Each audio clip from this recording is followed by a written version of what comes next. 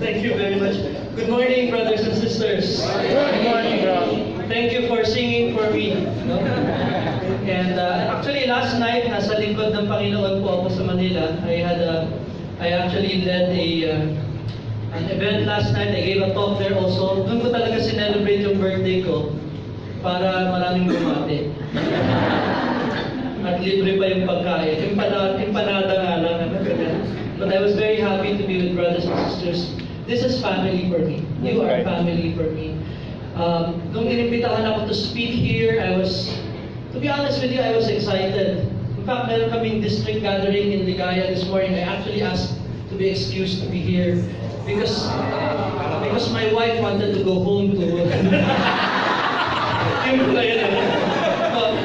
we really wanted to visit Pampanga. It's been a while that we haven't come home. My wife, by the way, for the others who do not know, she's from Pilar Village. Hindi lang nakasama ngayon kasi na-late na kami umuwi kagabi. Nakapajama pa lang kanina yung mga anak ko. Sabi ko, sumakay na kayo ng kotse. Doon na kayo sa Pampanga mag-toothbrush, maligo. But I don't think they can follow anymore.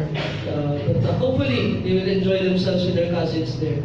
For the sake of our guests, can I just have a show of hands? How many are parang naimbitahan lang, dragged here today? Dragged here today? My full name is Robert J. Quitain. My father named me after a professional basketball player turned senator. Sino yan? Ay, buti alam niyo, may nagsabi kasi Pacquiao. Hindi po. The worst kid, no? Kaya every time nakikita ko yung mga brothers na Hinebra, condolence.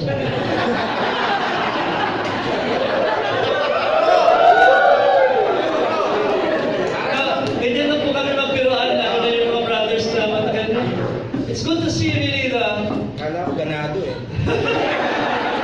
It's good to see old faces. And when I say old, I don't mean the age. I've been with these guys for the longest time. CWA days pa lang, and lingkod, and now we're all married, and many of us are married. It's really a joy just to be with old people. And the new faces, of course. It's good to see you. I hope you get blessed today. Ang talk ko po, it's meant to speak not only to the old brothers and sisters, meaning to say those who have been with the Lord for a while, but even for guests. For any Catholic, any Christian who wants to make Lent significant. The title of my presentation is Courageous Living. Before we begin, can we just say a short prayer? Father, I thank you for this opportunity to be used by you. Lord, use me today to speak to my brothers and sisters. I do not claim to be better than them. You know my life, you know my sins, you know my faults.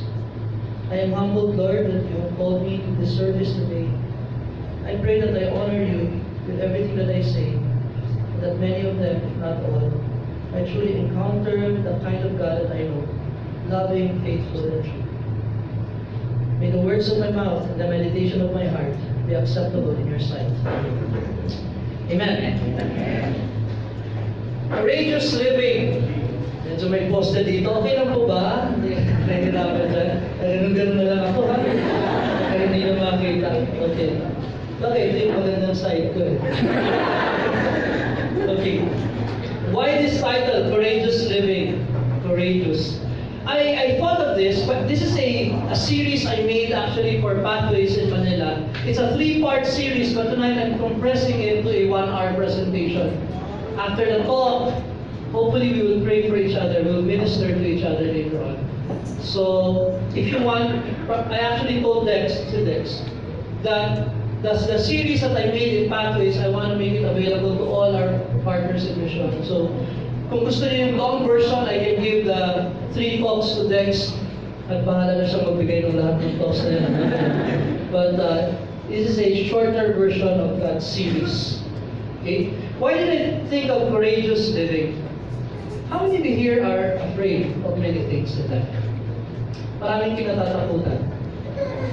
Any volunteers to share what their fear of speaking, brother? Fear of speaking.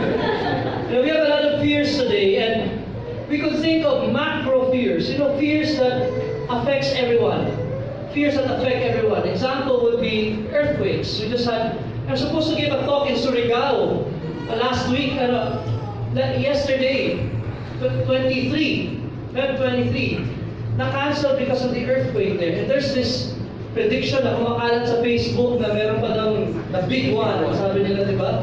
At Luzon pa daw yung tatamaan. No? So, there's a fear of tragedy. You know, typhoons, they have come in succession and in ways that are so devastating, never before seen in the history of the world. Tuloy-tuloy ko lang to para ma-depress kayo. Tuloy natin. War. North Korea continues to violate the directive of the United Nations in terms of production of nuclear weapons. There's always that fear. War is imminent in many countries. We have our problem with South China Sea and everything else. There's always that fear there. And brothers and sisters, the fear can be very macro and it could also be very micro. I know many of you here have your personal fears, right? There's terrorism everywhere. ISIS threatening the Vatican. Everywhere. There are shootings, gunmen just entering schools and killing so many children. Impressed na kayo? Killings even in the streets of Manila. Financial crisis looming. Sabi nila, ang dami daw investors ang nag-pull out from UK, from the Philippines at Europe. And of course, our personal fears like illness. Many of us are afraid, especially those who are getting old like me. Marami ka na. Ang usapan ngayon sa men's and women's group, sa mga sharing group, ano natinitake mo ngayong maintenance? Dati nung CYA kami, ang pinag-uusapan dyan, tipo, uy bro, kailangan na gano'n, kailangan yung next hiking natin, kailangan mo promote. Ayun talagang, sakit na fear of illness. It's real. Broken marriages. You had your marriage course. 10 dates ba yun? I was telling them it's hard to find marriages right now that are together. Now more than ever, marami na pong broken marriages. And pag nagkasawa yung anak ninyo, wala pa naman yata itong matanda na yung anak. Pag nagkasawa yung anak ninyo, there's always that bigger percentage that the marriage won't last. Fear is real in terms of marriage. Of course, financial. Sino dito may credit card debts? Don't point at anybody. Okay? Aging. Look around you, wala pa naman yata, but it's a real thing. Especially aging alone. It's a fear.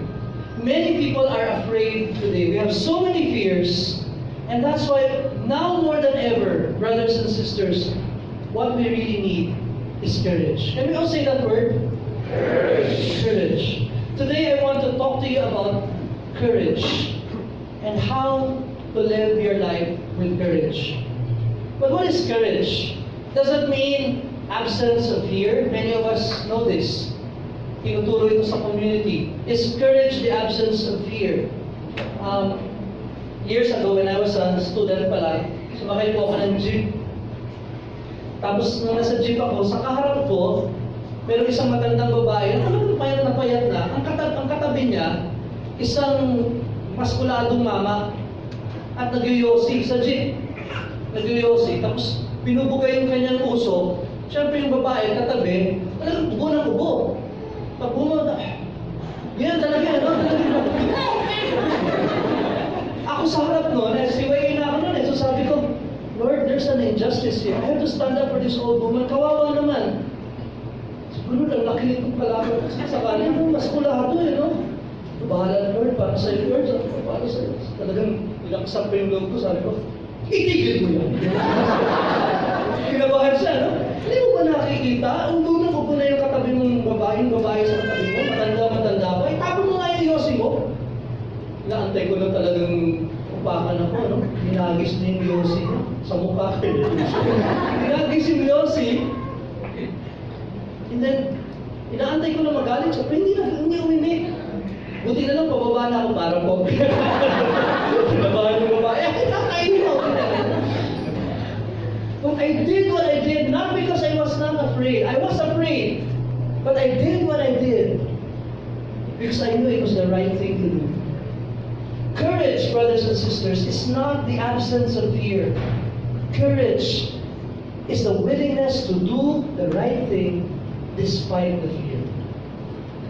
And sisters and brothers, Lent, this coming Wednesday is the start of Lent. This is one of the best times to understand that word courage. Because that's what Jesus exemplified for all of us years ago. In the first Holy Week, Jesus exemplified to us what courage really means.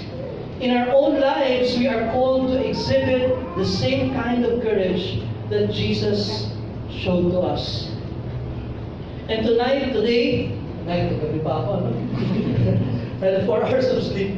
Anyway, last night, I was in Lincoln, and this morning I woke up a little early. But I just want to say today, I want to share with you what courage is required of us. What kind of courage is required of men and women who follow the Lord? The courage to say no. The courage to say yes. And the courage to go all the way. Let me begin with the courage to say no. And I'd like to use the passage in the Gospel where Jesus was in the desert. But before that, let me ask the question. Why should we say no to sin? Kanina, the prophecies were about returning to God. It means lahat tayo nagkasala. Atin natin lang po, lahat po tayo may pagkakasala dito, di ba? Malabas of sin. Even if you've been with the Lord for the longest time, you have your own sins. You have your favorite sins. Maybe sins sa isip lang, envy, greed, anger, sometimes evolving into resentment. We have our sin. Why do we have to say no to sin? Lent is one of the best times to train ourselves to say no to sin. Why? There's a cave in southern Mexico called Cueva de Villaluz, or Cave of the Lighted House. It's a beautiful cave. Napakaganda. But brothers and sisters, try going in. And in a few seconds, you'll die. Why? The cave is poisonous. It's very beautiful. It's actually supposed to be a tourist attraction until they tried it once. Gawin natin tourist attraction to, patay. Bakit? Because it's poisonous. In a similar way, by analogy, that's what sin does. Sin is so enticing. But try it out. It will poison your life. And so the question is, why does God want us not to sin? Bakit ayaw ng Diyos magkasala tayo? Is it because the Bible says so? No? Well, yes. But not only that, it's because sin destroys us. That's why there are a lot of wars, a lot of broken marriages, a lot of people growing up dysfunctional, and that's why killing other people. Why? Because sin is around. Sin destroys society. Sin destroys the family. And sin, saying no to sin, is really for us, not for God. Growing up, I never liked brushing my teeth. Never.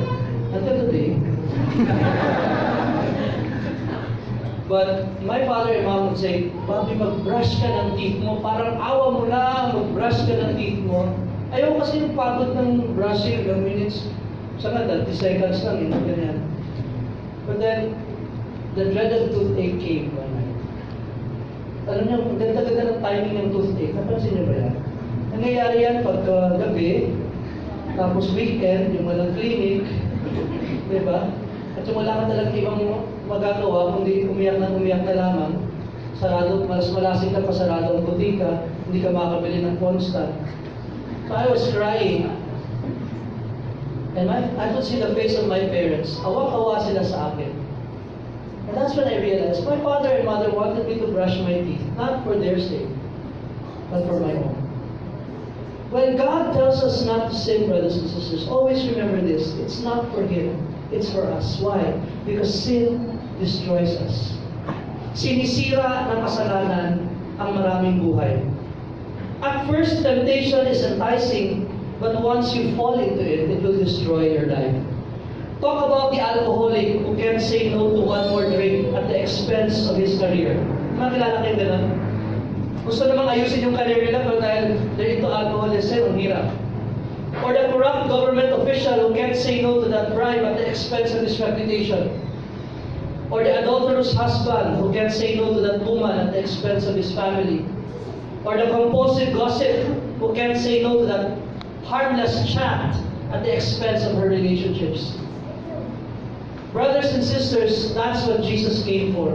Jesus came to fight sin with us and for us. Kasi alam ng Diyos what sin does. You can take a few seconds. Think of people that you know in your life today whose lives are a mess because of sin.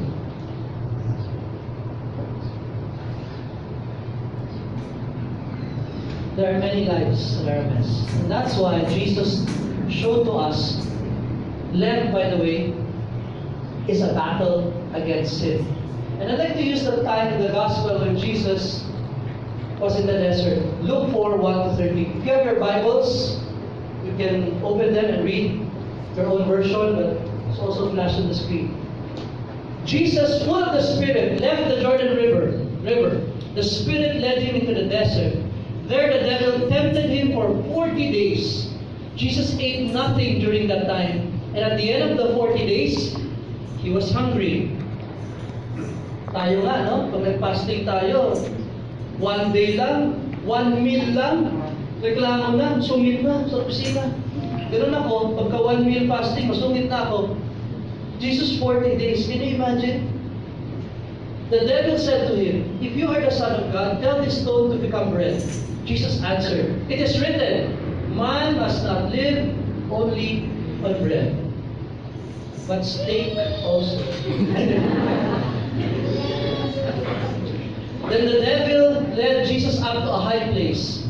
In an instant, he showed Jesus all the kingdoms of the world. He said to Jesus, "I will give you all their authority and glory. It has been given to me, and I can give it to anyone I want to. If you worship me, it will all be yours." Jesus answered, "It is written, worship the Lord your God. He is the only one you should serve." Now, pag binasa niyo dito, brothers and sisters, feeling niyo parang sinagot ni Lord ng, parang yabang ni Lord, ano? Worship the Lord your God. He is the only one you know. Remember, pag nagpapas ka ng 40 days, how will you answer that? Worship.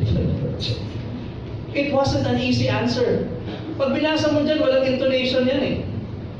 But if you imagine really, kung 40 days ka nagpapas, the way you would answer would be struggling. Bibigay ka na eh. Bibigay ka na. Then the devil led Jesus to Jerusalem. He had Jesus stand on the highest point of the temple. "If you are the Son of God," he said, "throw yourself down from here. It is written, the Lord will command his angels to take good care of you. They will lift you up in their hands, then you won't trip over a stone." Jesus answered, Scripture says, "Do not test the Lord your God." When the devil finished all this tempting, he left Jesus until a better time. Can everybody say the word desert? Desert. Hindi desert. Okay, desert. Desert. Another word for that is wilderness.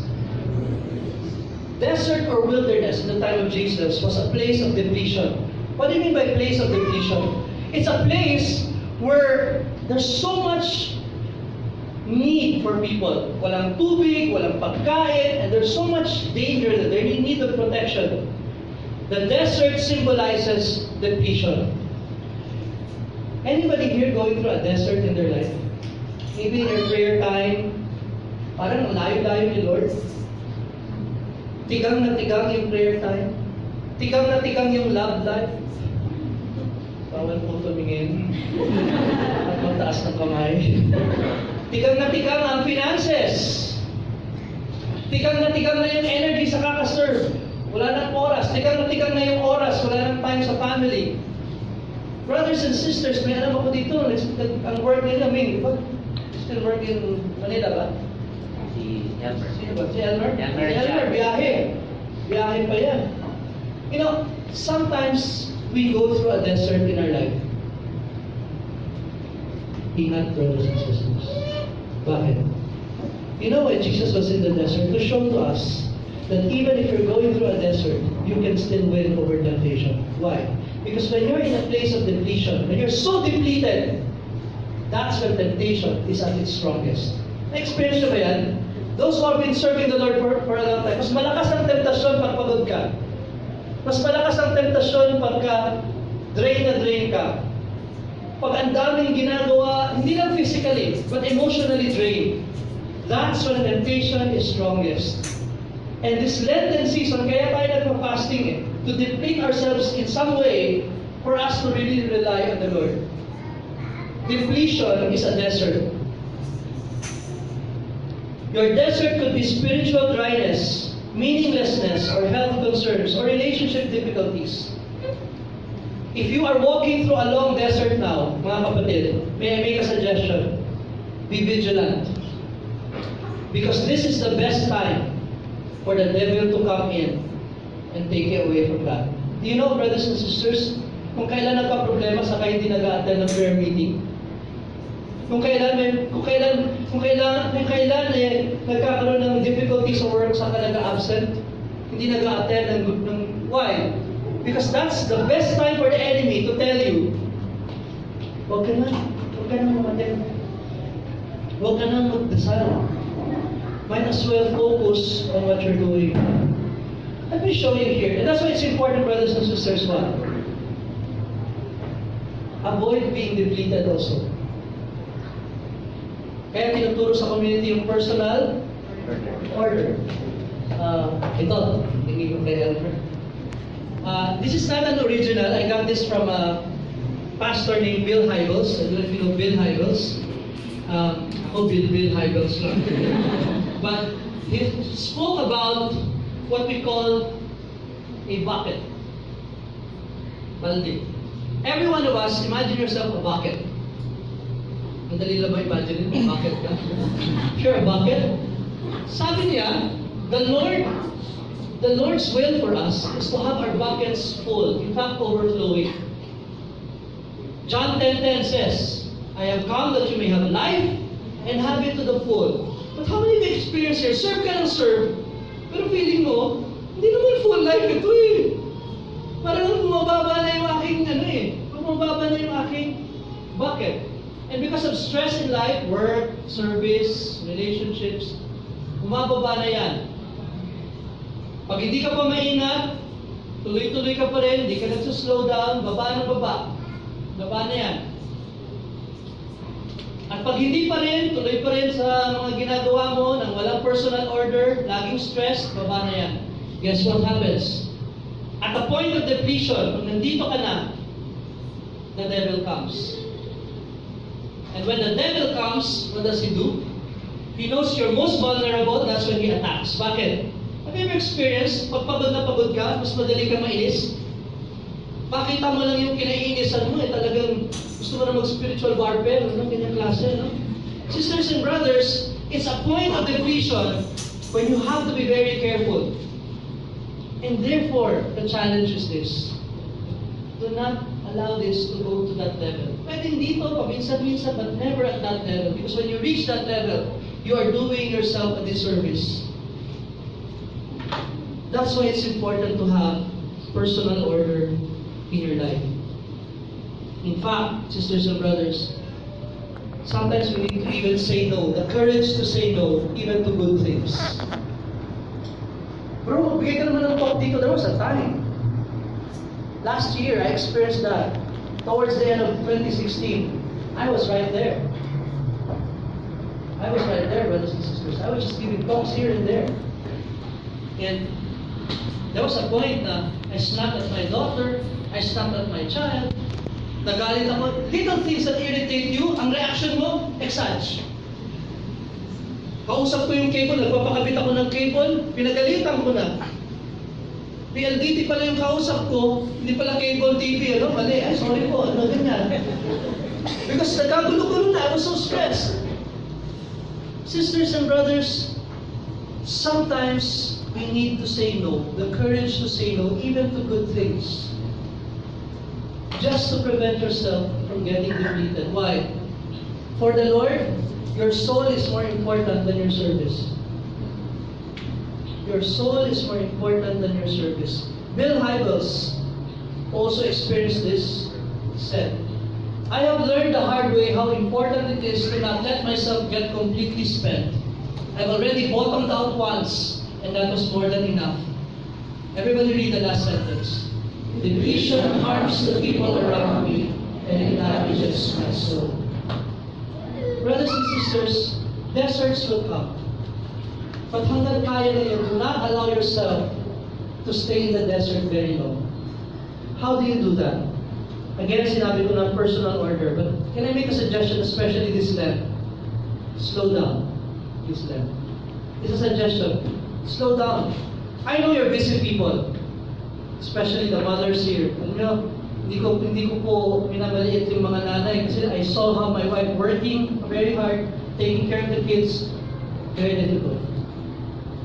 I suggest, slow down. I'm not saying if you have commitments already, do not renege on your commitments, but learn to say no if you can.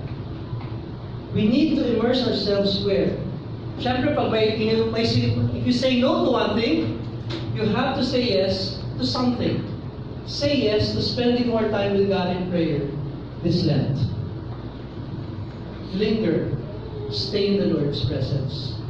Last year, when I was going through a difficult moment in my life, nandun ako, I was at that point, I made a decision. Nung Christmas break, yung mga talks pa yan, Advent eh. I had to say no to some talks because I wanted to spend at least 1 hour a day praying to God. At least 1 hour. Minsan up to 2 hours. But you know, brothers and sisters, from that time on until today, I made a decision. I'll wake up at 5 o'clock and I'm going to pray from 5 to 6. Every day, regardless kung puyat ako o hindi, I'm going to wake up at 5. Except on weekends. I wake up at 6 kasi weekend yan. But on a regular day, it's 5 o'clock to 6 o'clock. And I just spend time with God. There was a prophecy a while ago about coming home. Amen? About coming home. You know, when I'm tired, the highlight of my day is going home to my family. Pag uwi ko sa family ko, pag nakita ko yung mga anak ko, I get refreshed. That's home. Try to be home with God. Every day, find your home with God.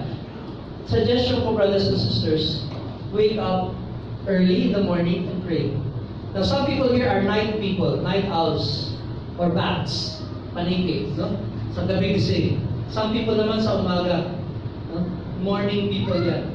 But my suggestion is, if you could spend time with God at least 1 hour a day, sa iba medyo malaki, mataas yun, but try more than what you're spending now. Spend more time with God in prayer. More than the fasting and abstinence, it's time with God. I'd like to suggest time with God, spend time with Him in prayer. And my experience is this: when you honor God with your time, God will honor you with His grace. I'll say it again. When you honor God with your time, God will honor you with His grace. Ang problema ko po, I have migraine. Anybody here have migraines? Ang trigger ko po is puya. But God promised me in my prayer time, Bobby, if you honor me, if you wake up every day at 5 o'clock and pray, you will never have a migraine. Guess what? Ever since I prayed every 5 o'clock, I never had a migraine since the start of the year. God will honor you with His grace if you honor Him with His time. Sisters and brothers, if there's anything you can do this Lent, it's carving that sacred space every day for God.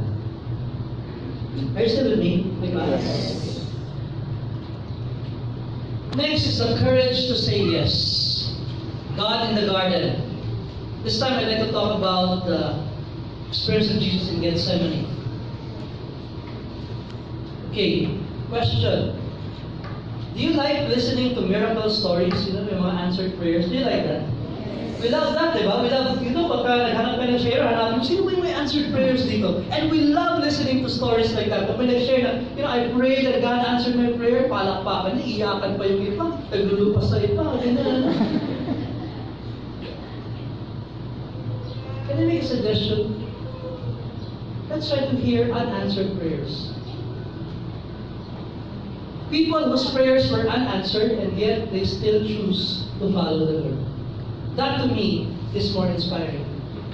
Kasi ang daling magsabi, Lord, I love you. Sinagot mo yung dasal ko eh. But isn't it more inspiring to hear somebody say, Lord, I love you, whether you answer my prayer or not? That is saying yes to God's will. Whether God will say yes to you or no, you still say yes to God. Whether God will answer your prayer or not, you would still love the Lord. That, brothers and sisters, is what Jesus did in the garden. Jesus said, my Father, if it is possible, let this cup pass from me. Everybody read the last phrase. Yet not as I will, as you will. Jesus shared his preference. Sinabi niya, Lord, ang preference ko, huwag na sana akong dumaan dyan. Mahirap yan eh. So, hindi pala masamang mag-state ng preference, no? Lord, kung pwede lang, pumasa na ako sa board exam. Lord, kung pwede lang, sana mabayaran ko na itong utang ko. Lord, kung pwede lang, manalo sana ako sa loto. Hindi ka naman bumili ng ticket, paano ko mananalo? Lord, kung pwede lang, magka-boyfriend na ako. Sabi nga sa akin dati, bro, magka-boyfriend lang talaga ako, masaya na ako. Sabi ko lang, bro.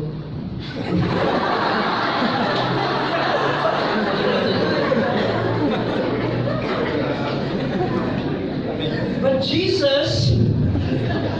Jesus was quick to add, Lord, Father, this is my preference, but Father, at the end of the day, not my will, but your will be done. I'm still gonna say yes to your will, because your will is more important to me than my answered prayer. Sisters and brothers, I'd like to encourage you to reach that point in your walk with God, that you will love the Lord even if God will say no to you. That you will still say yes to Him, even if He will say no to you. How about you? Do you have the courage to say that prayer that Jesus said? Do you have the courage to say yes to God's will for your life, even if it's difficult? Meron po akong kakilala dati. He shared with me, sabi niya, Brother Bob, me and my wife have been praying for a baby for the longest time. Every day, that's my prayer, Lord, give us a baby, give us a baby, give us a baby. Finally, on the 5th year, he changed his prayer. He said, Lord, whether you give us a baby or not, I will never stop loving and serving you. Alam niyo, 1 week after, nabuntis yung baba. A year after, nabuntis ulit. A year after, buntis ulit. 1 week to continue. 5 babies in 5 years, brothers and sisters. It was as if God was making up for those 5 years that they didn't have a baby. And just some years back, this guy invited me to an event. Sabi niya, Brother Bob, can you attend this event? What's the event? It's the ordination of my eldest child, who's going to be a priest. Amazing. But at a certain point in their life, they just said, Lord, whether you give us a baby or not, I will never stop loving and serving you. Now you might say, kailangan na pala yung dasal na gano'n.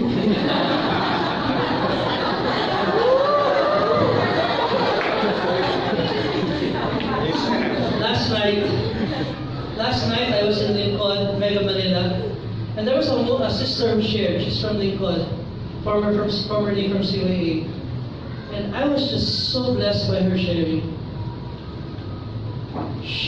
I won't mention her name, hindi kasi ako nakapagpaalam na share ko dito. Naisip ko lang ngayon. I won't mention her. Huwag na rin kayo mag-speculate. She had 4 failures in the board exam. I won't mention what field, para hindi nyo naisipin, but 4 failures in the board. Can you imagine that? And every time she'd fail, what would she say? Lord, what is the lesson you're teaching me here? Naka-4 na lesson na siya. Una, humility, faith, patience, lahat. But even on the 4th failure, inaasahan ko nga sa sharing niya, sasabihin niya, finally, on the 5th thing, I passed. never came. Her sharing ended with 4 failures. And yet, at the end of her same sharing, she said, brothers and sisters, whatever happens in your life, God remains to be good. And that's when tears started to flow.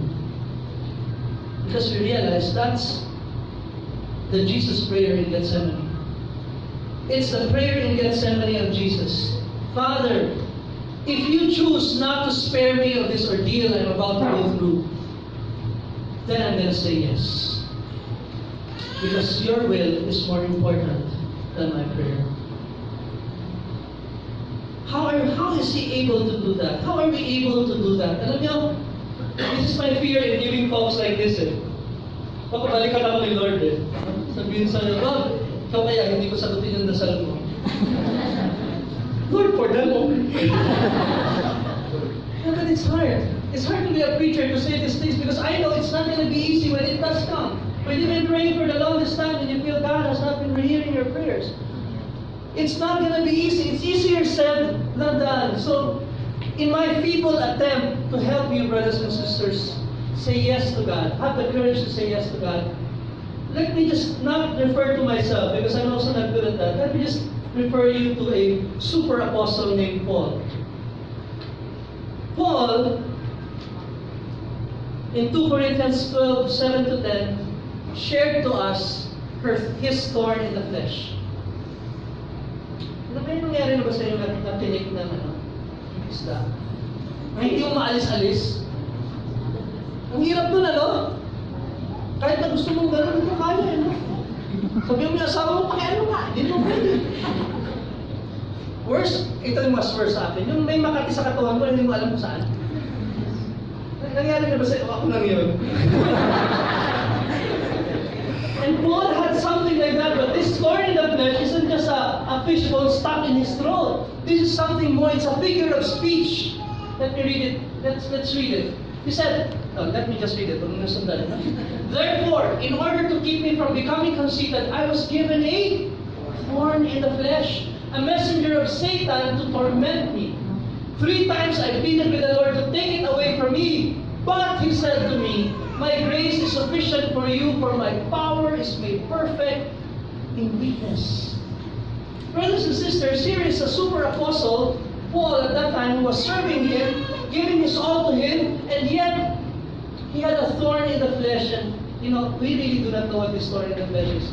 The theologians would come up with all sorts of guesses. Kesho, it's a sin. Kesho. But one thing we do know, it was difficult. Why? Why do we know it's difficult for Paul? See the word torment? You don't just say torment, paghirap ka, unless it's really, really hard. Right? It's a torment.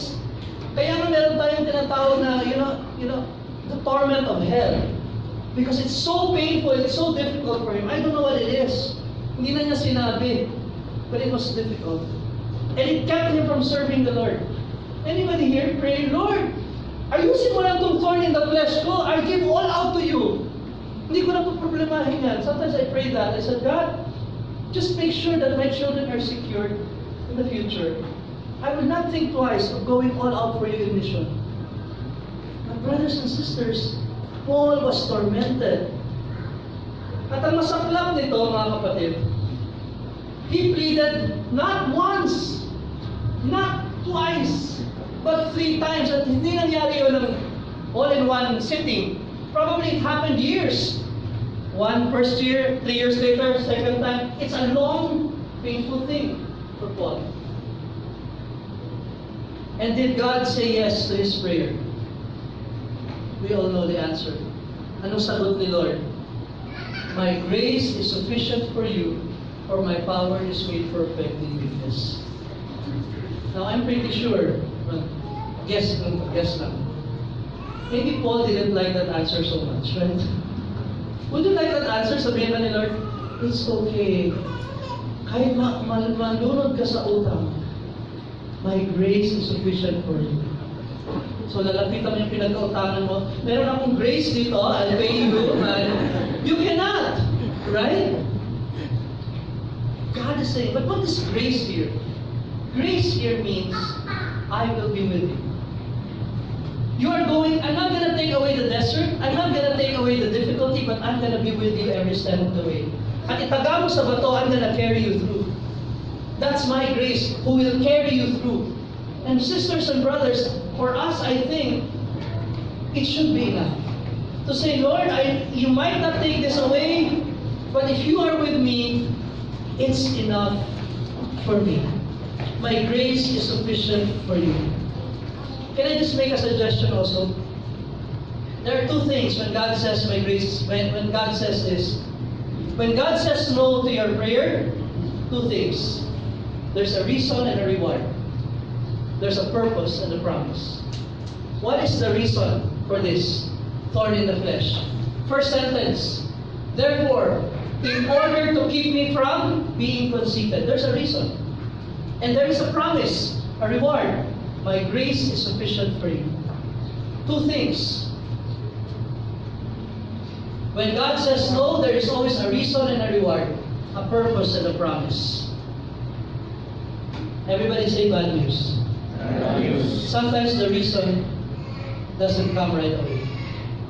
Sometimes the reason you will only know years later, kaya pala kailangan mangyari yun.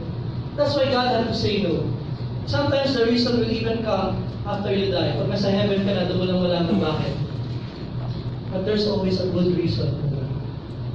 I know of a couple in Manila, bagong asawa, bagong kasal. Excited sila, buntis yung misis niya, first baby. Na CS, labas, ganda ng bata. Sabi niya, Lord, thank you! May baby na kami, galing-galing, Lord. Pero Lord, pwede ko muna sana masundan ka agad kasi nagsisimula pa lang kami sa aming careers. Pag-iipon pa lang kami. Pero Lord, please make us healthy so that we can take care of our bundle of joy. Ganda ng dasal. Did God listen to their prayer? Yes.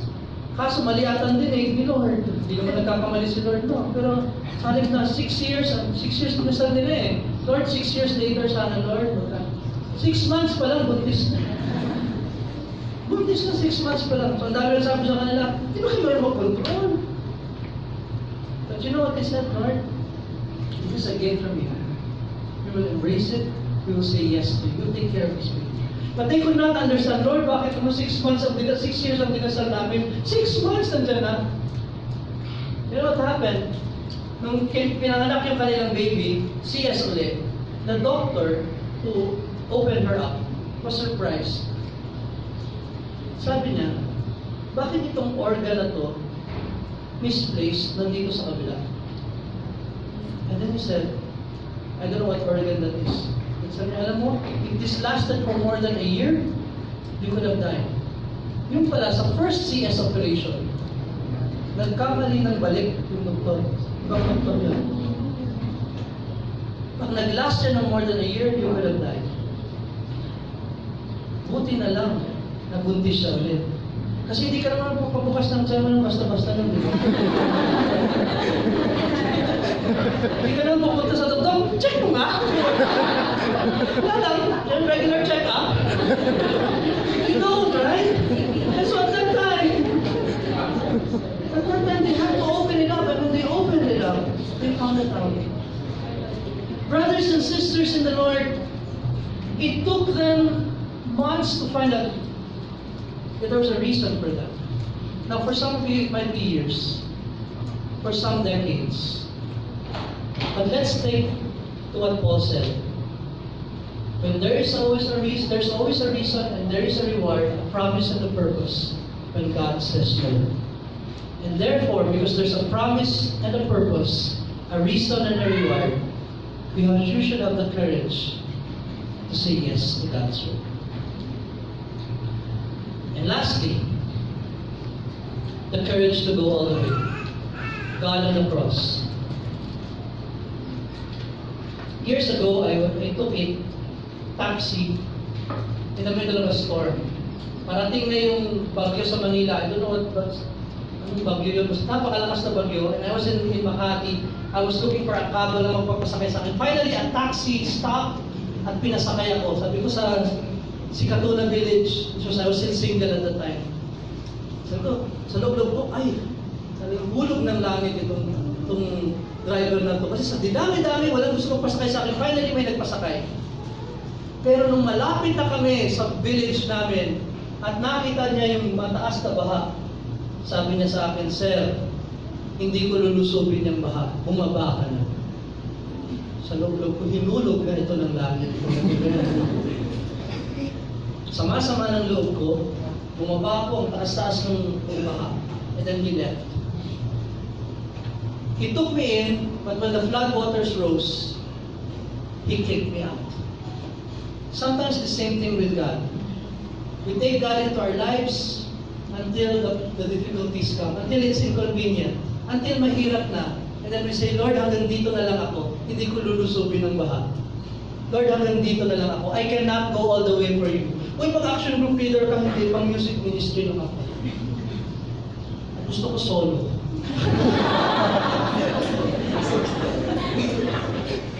Uy, mag-ano ka nga, mag-PL ka nga. Ay, hindi ako pwede, pang ano lang ako, pang reg lang ako eh. Uy bro, baka gusto mong mag-vision tayo dito sa, mag-serve. Then we start putting limits.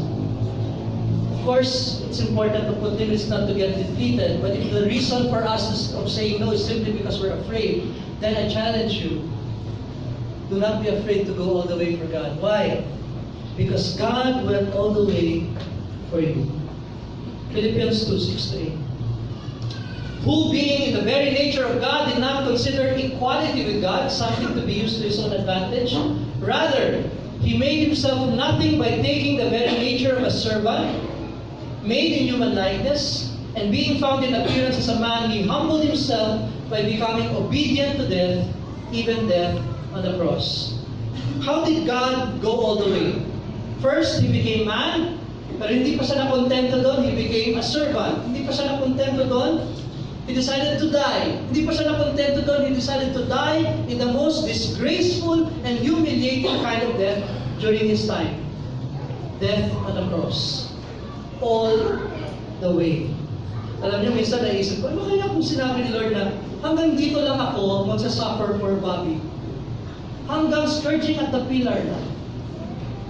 Pag crowning of thorns, scourging at the pillar lang. Hanggang carrying of the cross but not crucifixion. Pagdating doon sa hill, I'm gonna call my angels to rescue me.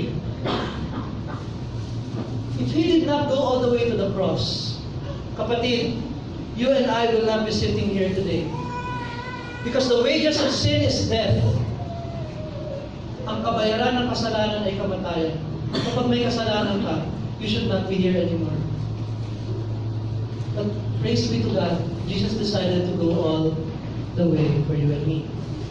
And that's the challenge for us. If He went all the way for us, why can't we go all the way for Him? In fact, anybody here carrying a cross right now? At gusto mong ibaba na lang? Paakyat ka pa lang? Lord, I don't want to be crucified. Hanggang dito na lang. Brothers and sisters, I'd like to challenge you, go all the way.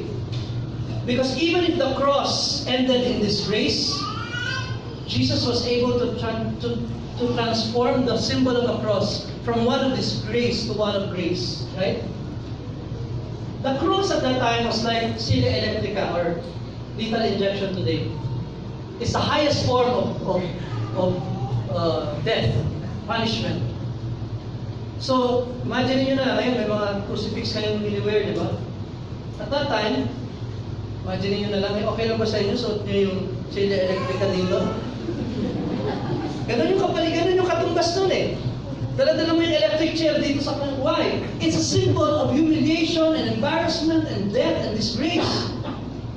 But because Jesus went all the way to the cross, the cross now is no longer a symbol of disgrace, but a symbol of grace. God's grace for all of us.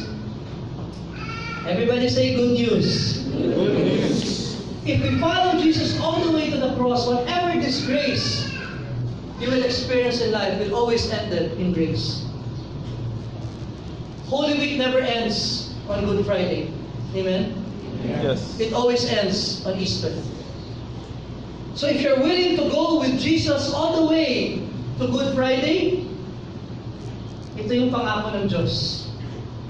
You will also join me on Easter. Kaya this this Lenten season, don't skip Lent. Observe Lent. Dahil ko sinasabi, pag hindi ka nag-fasting at nag-abstinence sa Lent, wala kang karapatang mag-celebrate ng Easter.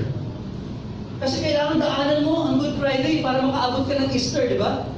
And for Catholics who do not observe Lent, you have no right to celebrate Easter. Because brothers and sisters, Good Friday is a prerequisite to Easter. Do not believe a preacher or a priest or a pastor who tells you that the gospel of Jesus is all about Easter. No. You have to go through the cross. The cross is essential to experiencing the victory of God in your life. And therefore, if you want to experience the victory of God, you have to be willing to go through your cross. Whatever cross you're facing in your life right now. Yakapin mo yung cross mo. Hindi ba niyakap yung katabi nila? Ito ang cross. Well, sabi nila, God has a way of transforming our most difficult Good Fridays into our most spectacular Easter Sunday if we choose to go all the way for Him. One last story, then I'll end. There was a couple that I know. Their daughter one time suffered a fever. Simpleng lagnat lang. Dinala sa ospital, dengue.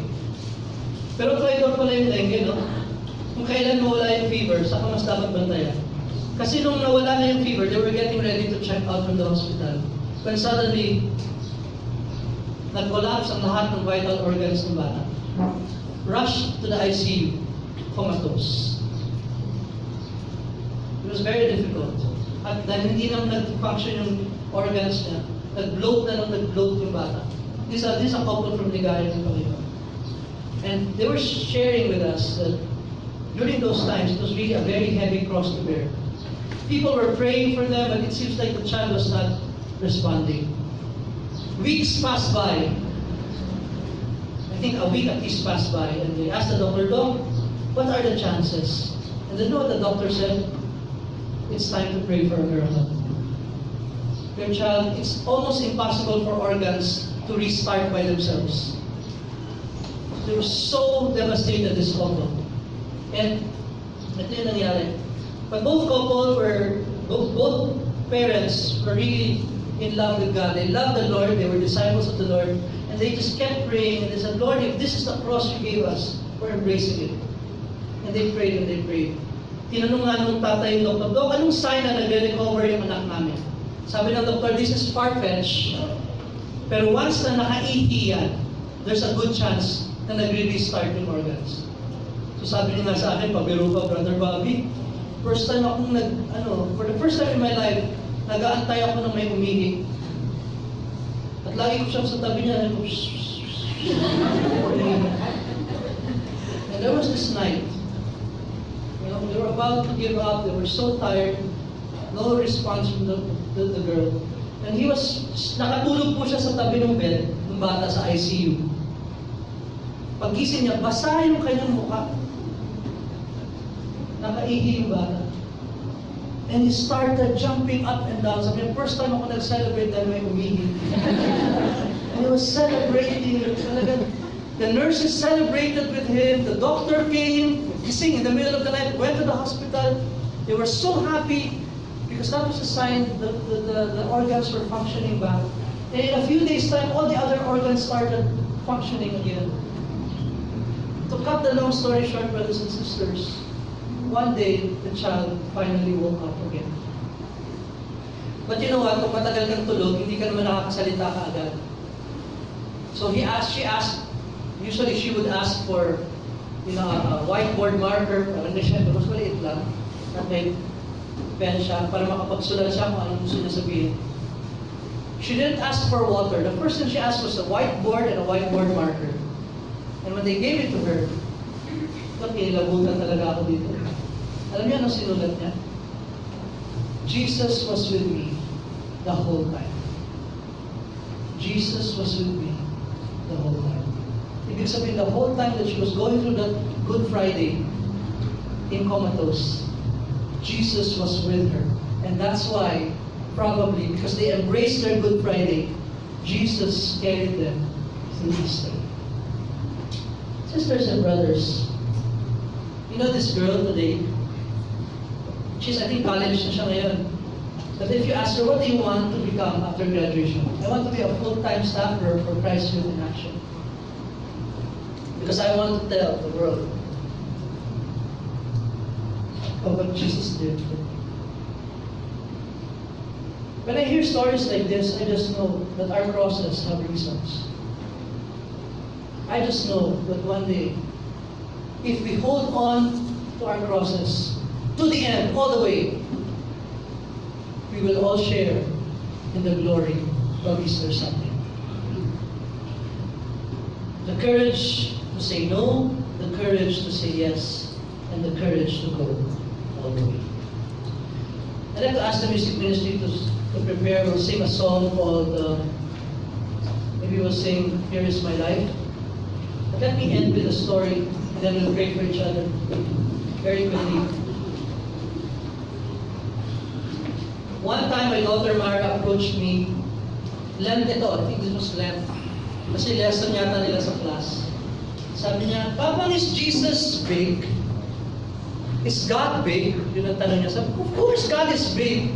He's bigger than the entire universe. He's very big. And then she said to me, how did he fit on the cross? How did he fit on the cross? Kayo nga tanongin ng gano'n, paano yung sasagutin? I didn't know how to answer. But I think it was also the Holy Spirit who prompted me because I like my answer.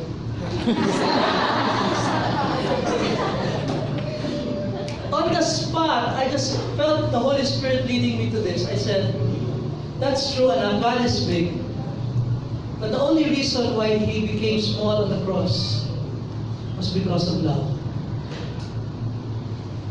Only love can make God so small to fit on the cross for you and me, brothers and sisters. The only reason why you have the courage to say no to sin, the courage to say yes to the Father's will, and the courage to go all the way is because He loves you and me. If there's one theme for them, it's God's love, which was shared with us a while ago in the prophecy, right? The love of the Lord. Brothers and sisters,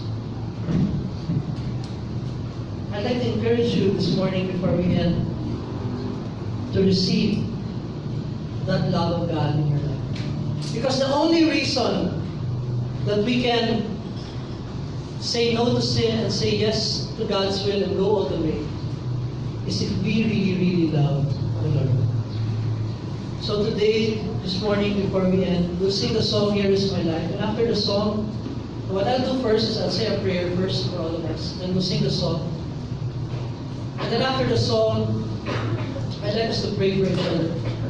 Let's ask the Lord for His grace or the courage to say no to sin this Lent. And if we have sinned, to go to confession, as prophesied a while ago. And the courage to say yes to God's will, whatever it is for our life. And besides, the Lord says, for I know the plans I have for you, says the Lord. Plans to prosper you and not to harm you. Plans to give you hope in the future. And finally, the courage to go all the way. If we're holding back, in some areas of our life, we're not giving totally to God, this Lent will be a good time to surrender everything to the Lord. Let's pray. In the name of the Father, Son, and Holy Spirit.